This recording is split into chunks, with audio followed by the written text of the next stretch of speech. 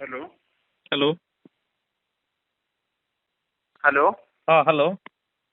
Sir କହୁଛି। ଆଜ୍ଞା। Hello hello. ହଁ କୁହନ୍ତୁ। ସତ୍ୟବାନ।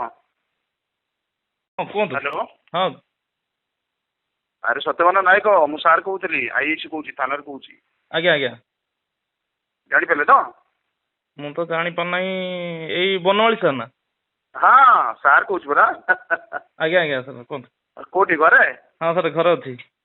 ଗୋଟେ ଅର୍ଜେଣ୍ଟ କାମ ଥିଲା ଆମର ଗୋଟେ କନଷ୍ଟେବଳ ଗୋଟେ ଆକ୍ସିଡେଣ୍ଟ ହେଇକି ପଡିଛି ମେଡିକାଲରେ ଅଛି ବୁଝିଲ। ସାର୍ ସାର୍ ତାକୁ ଅର୍ଜେଣ୍ଟ ଗୋଟେ 5,000 ଗୋଟେ ଫୋନ୍ ପେ କରିବାର ଅଛି। ମୁଁ ନମ୍ବରଟା ଇଏ ଡାକି ଦଉଛି ତାକୁ ଟିକେ କରିଦିଅ ମୁଁ କ୍ୟାସ୍ ପଠେଇ ଦଉଛି। ସିରିୟସ୍ ଅଛି ତ ହେଲା। ଆଜ୍ଞା ଆଜ୍ଞା ଆଜ୍ଞା ସ୍କାନରଟା ଦେଇ ଦଉଛି ସ୍କାନରରେ କରିଦିଅ। ଏଇଟା ହ୍ୱାଟ୍ସଆପ ତ?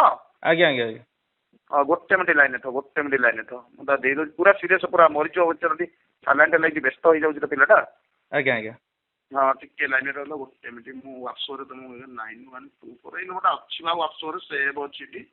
ଆରେ ଭଗବାନ ଆରେ ସେଭ୍ ଅଛି ମୁଁ ପୁଣି ଡବଲ ସେଭ୍ କରିବାକୁ ପଡୁଛି। ଆଜ୍ଞା ଆଜ୍ଞା ସାର୍ ଗଲା ଗଲା କି ହ୍ୱାଟ୍ସଆପରେ ଦେଖିଲ ସ୍କାନରଟା? ହଁ ଦେଖିଦେବି ପୁରା ସାର୍। ସେ ବଞ୍ଚିବ ମରିବ ଠିକ୍ ନାହିଁ ବର୍ତ୍ତମାନ ଆପଣ ମୁଣ୍ଡ ସାର୍ ଖରାପ କୋଉଠି ହେଇଗଲାଣି। ଅଛନ୍ତି ଏବେ? କୋଉଠି ଅଛନ୍ତି ସାର୍? ମୁଁ ଏବେ ଜଷ୍ଟ ଥାନାରୁ ଟିକେ ବାହାରକୁ ପେଟ୍ରୋଲିଂରେ ବାହାରୁଛି ଗୋଟେ ଜାଗାକୁ। ସାର୍ ମାନେ କୋଉଠି ଅଛନ୍ତି ଏବେ? କୋଉଠି?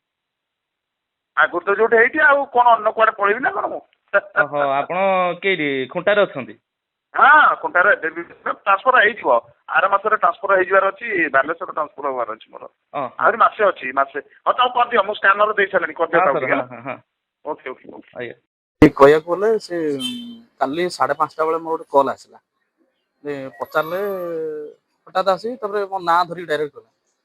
ନାଁ ଧରିକି କ'ଣ କହିଲା ନା ସତ୍ୟବାନ ଆଉ ଆପଣଙ୍କର ମୁଁ ଥାନାରୁ କହୁଥିଲି। ନାଁ ଧରିକି ଯେତେବେଳେ ଗଲେ ମୁଁ ଜାଣିଲି ମୁଁ ଚିହ୍ନା ଜଣା କିଏ ଲୋକ ହେଇଥିବ। ଥାନାର ମାନେ କହୁଛନ୍ତି ନା ମୁଁ ଥାନାରୁ କିଏ କହୁଥିଲେ ନା ଆଇଆଇସି କହୁଥିଲେ।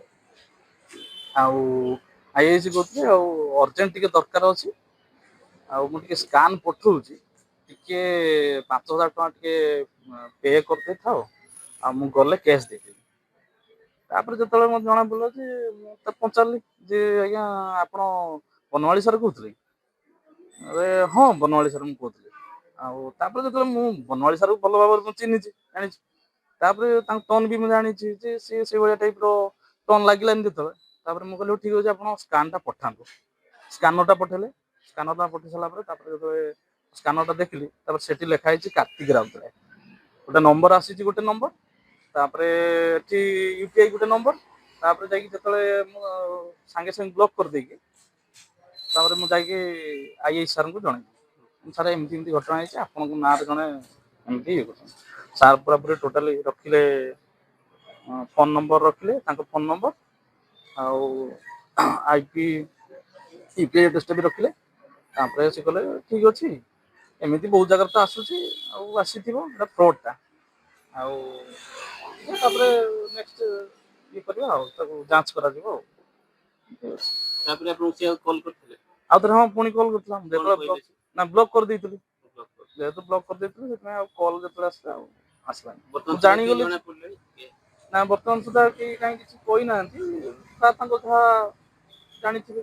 ଆପଣଙ୍କ ମନରେ ସନ୍ଦେହ ହେଲା ବୋଲି ଏଇ ଥାନାରେ ଆପଣ? ହଁ ନିହାତି କାହିଁକି ନା କାଲି ସକାଳୁ ଯଦି ମନେକର ମୋ ଆକାଉଣ୍ଟ ହ୍ୟାକ୍ ହେଇଯିବ ସାର୍ ସେତେବେଳେ କହିବେ ଯେ ଆଜ୍ଞା ତମେ ଜାଣିଛ ଚିହ୍ନିଛ ଲୋକାଲ ହେଇକି ତମେ ଆସିକି କହିଲନି ତ ବେଳ ଥାଉ ଥାଉ।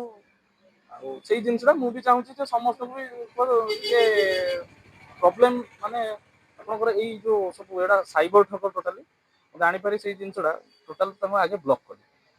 ଆଉ ଏମିତିଆ ସାର୍ ବି ସେ କହିଲେ ଯେ ଅଲଗା ଏମିତି ଆସୁଛି ଟିକେ ମାନେ ଓଟିପି ଫୋଟିପି ଦବନି ସାବଧାନ ଥିବ।